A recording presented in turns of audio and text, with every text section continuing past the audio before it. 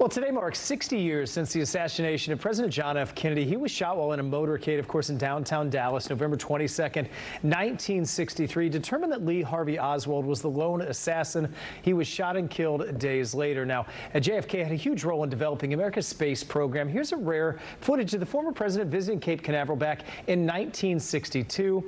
We got it from the Kennedy Library in Boston, which has a special section dedicated to the president's passion for space exploration.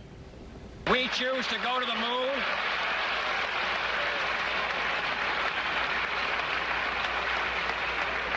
We choose to go to the moon in this decade and do the other things, not because they are easy, but because they are hard.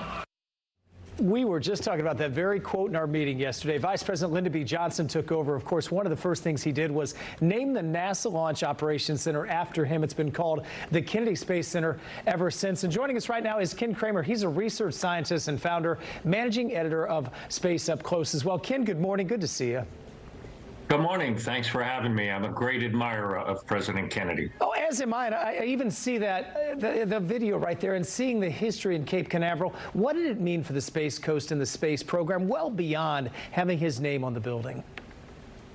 Well, what it means is everything, because we wouldn't have a space program, not to the extent that we have it today, without President Kennedy. You showed the speech where he ignited Project Apollo, basically. Without him, we would never have had Project Apollo. You know, there might have been Project Mercury, yes, but very, very little bit beyond that. But he had a passion for space and for science, and he drove that. And because of him, we have the Kennedy Space Center and Cape Canaveral Space Force Station now launching with SpaceX now and ULA, more than 80 launches a year. So this is the premier spaceport in the entire world. And it all goes back to President Kennedy.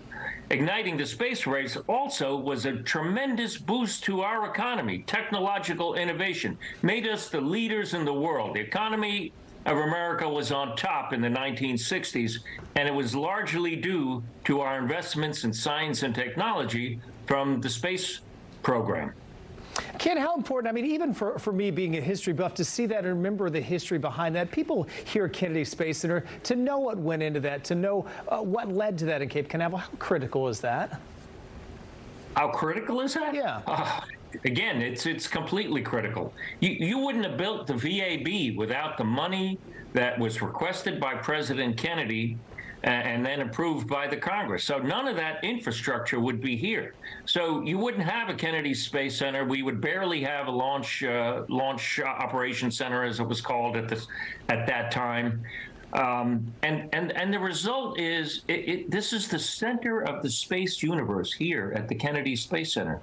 We have all these people, all these tourists coming to see all this excitement. You're motivating kids to study math and science.